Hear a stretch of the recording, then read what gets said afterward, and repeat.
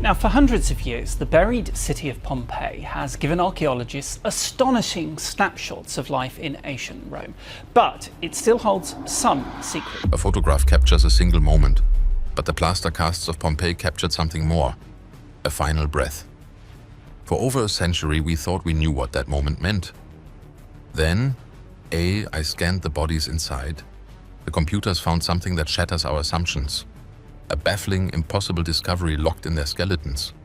The last moment of this person, if he suffered or he was afraid, and all this we can see in this face.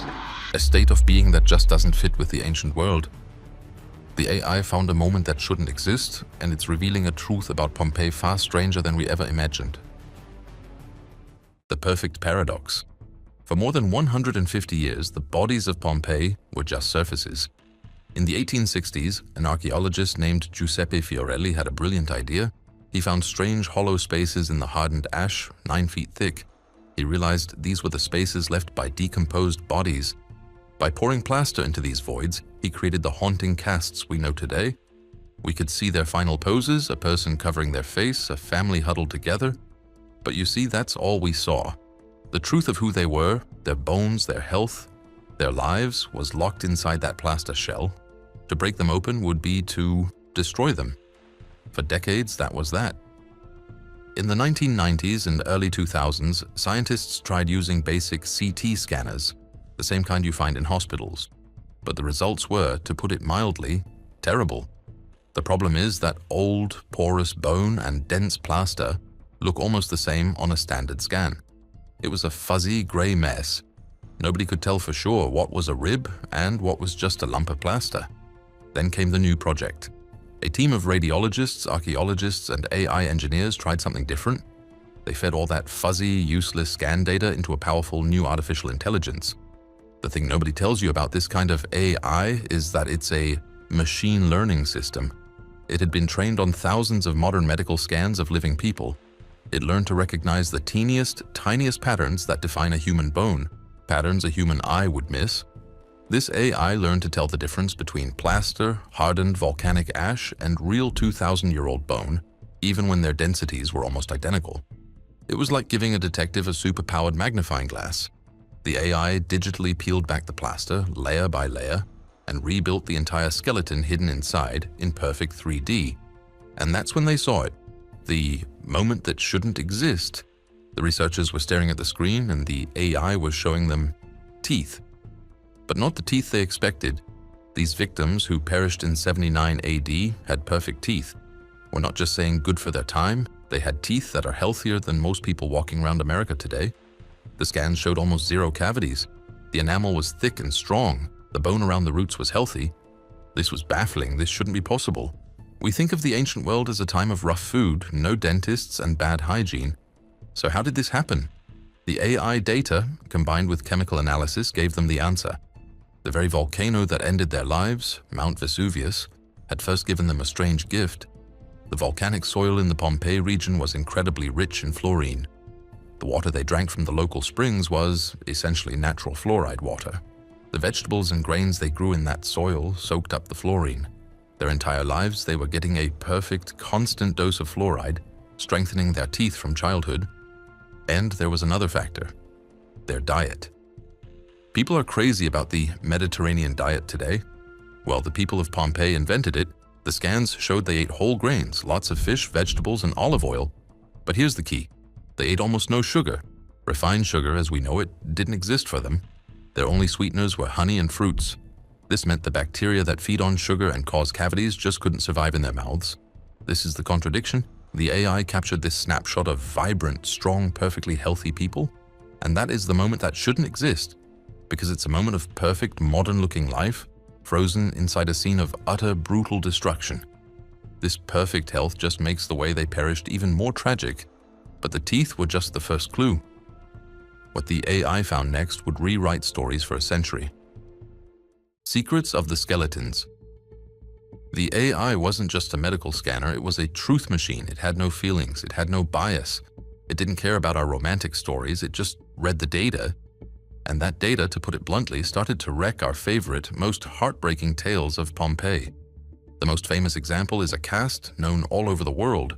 It shows two figures locked in a final, desperate embrace. For decades, they were known as the Two Maidens. Tour guides and history books told the tragic story of two women, perhaps a mother and daughter or sisters, clinging to each other as the world ended. It was a symbol of love and loss. What many overlooked was the truth hidden by the plaster. The AI got to work. It scanned their skeletons. It measured the shape of the pelvic bones. It analyzed the size and ridges of the skulls. It checked the thickness of the leg and arm bones. The result was a shock. They weren't women. They were both men. DNA analysis later confirmed it. The two maidens were actually two young men, probably in their late teens or early 20s. We will never know their relationship. Were they brothers, close friends, lovers? It doesn't matter. What matters is that the story we told for over 100 years was completely wrong. It was based on assuming that such a tender embrace must be between women. The AI destroyed that assumption, but the machine kept going. Archaeologists, you see, love to guess a person's social class. The old rule was simple. If a victim was found in a big fancy villa, they must be wealthy. If they were found in the small servants' quarters in the back, they must be a poor worker or a slave. The AI looked at their bones and revealed a much more complex story. Your bones tell the story of your entire life, not just your final moment. The AI could see deep markers of nutrition and physical labor. It found skeletons in the poor servants' quarters that showed signs of excellent, high-quality nutrition from childhood. These people had eaten well their entire lives. They weren't just starving servants. Maybe they were educated, high-status staff. Maybe they were even members of the family, caught in the wrong part of the house. And it found the opposite. It scanned skeletons in the grandest villas and found clear signs of childhood malnourishment and bone stress markers from years of hard physical labor. This data flips the script. It suggests the social lines in Pompeii were way more blurry than we thought. The AI also re-aged everyone. Before, experts just guessed an age based on the plaster and the visible wear on teeth. But as we learned, their teeth were perfect, making them all look younger.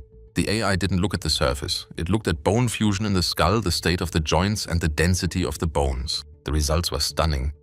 Victims that Museumplex labeled as elderly age 60+ turned out to be in their early 40s. A figure thought to be a 30-year-old man was revealed to be a teenager. This changes our whole picture of who was left in the city.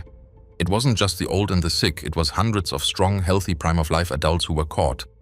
The AI was rewriting their lives, but its most disturbing discovery was about to rewrite their final seconds. Vesuvius's true force. This is where the story turns dark. The popular idea of Pompeii, the one we've seen in movies and books, was almost gentle. The story was that the volcano erupted and a thick, heavy blanket of ash slowly fell on the city. People, unable to breathe the sulfur-filled air, simply fell asleep and passed away from suffocation. The casts, curled up like they are sleeping, seemed to back this up. It was a tragedy, but a peaceful one. The AI scans revealed this as a complete and total fantasy. The people of Pompeii did not fall asleep. They perished in a moment of extreme, unimaginable violence. The AI was a trauma specialist. As it scanned the skeletons inside the plaster, it found massive blunt force injuries. We are talking about skulls with radiating fractures, rib cages that were shattered, spines that were broken. And the AI, you see, can tell the difference. It knows what a break looks like on a living bone versus one that breaks after someone has passed from the weight of ash. These were not post-mortem injuries. These people were alive when this happened. The thing nobody tells you is what a pyroclastic surge really is. The cloud that came down from Vesuvius wasn't just hot gas or light ash. It was a superheated solid wall of rock, gas, and pumice, all moving at over 100 miles per hour. That's faster than a Category 5 hurricane.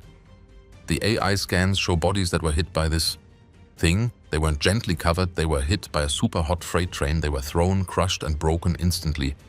And then there was the heat. The temperatures inside that surge were over 500 degrees Fahrenheit. That is more than twice the boiling point of water. This intense flesh-cook heat did horrifying things to the human body. Many of the casts are in a boxer's pose with their arms and legs drawn in. For years, people thought this was them bracing for impact or praying. The AI scans confirm the grim medical reason. It's called the pugilistic stance. It's what happens when extreme heat instantly sears the muscles, causing them to contract and violently pull the limbs in. It's a reflex that happens right at the moment of passing. In some victims, the heat was so intense and so sudden that it literally caused their brain matter to flash boil and in a few cases turn to glass. This is a process called vitrification. I could see the evidence of this extreme pressure inside their skulls, which had exploded from within. They didn't fall asleep, they didn't gently suffocate. The perfectly healthy people we met in Chapter 1 were subjected to one of the most violent ends imaginable. The AI showed us how they lived and how they perished. But what does this all mean for us right now? A story we can't ignore. So let's just step back for a minute and really look at what we have here. It's almost unbelievable when you think about it. This new AI technology, acting like some kind of digital archaeologist, has dug into the ruins of Pompeii and handed us two brand new explosive truths. And the wildest part? They seem to completely, fundamentally contradict each other. Let's start with truth number one. The people of Pompeii, the victims we've pitied for centuries, were in some ways healthier, stronger, and maybe even more advanced than we are today. This is the part that just blows researchers away. We've always had this image of the ancient world as primitive, dirty, and full of disease. But the AI scans are telling a different story. They're showing us people with perfect teeth. Not just good teeth, perfect teeth. The kind of straight, healthy smiles that we spend fortunes on with modern dentistry. Why? The scans suggest they had incredibly balanced diets, and their water flowing from volcanic springs was rich in natural fluoride. This is that moment that shouldn't exist.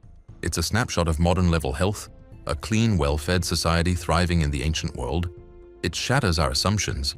But then, just as we're processing that, the AI gives us truth number two. And this one is a gut punch. It turns out they perished in a way that was more brutal, more instantaneous, and more terrifying than even our darkest guesses.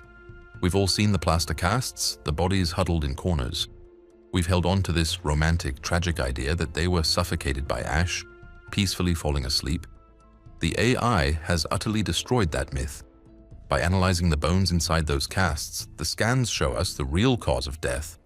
We're talking about shattered skulls, broken bones, and flash-vaporized tissue. They weren't just buried. They were hit by a pyroclastic surge, a superheated blast of gas and rock moving at hundreds of miles an hour. It was a moment of perfect, unimaginable violence.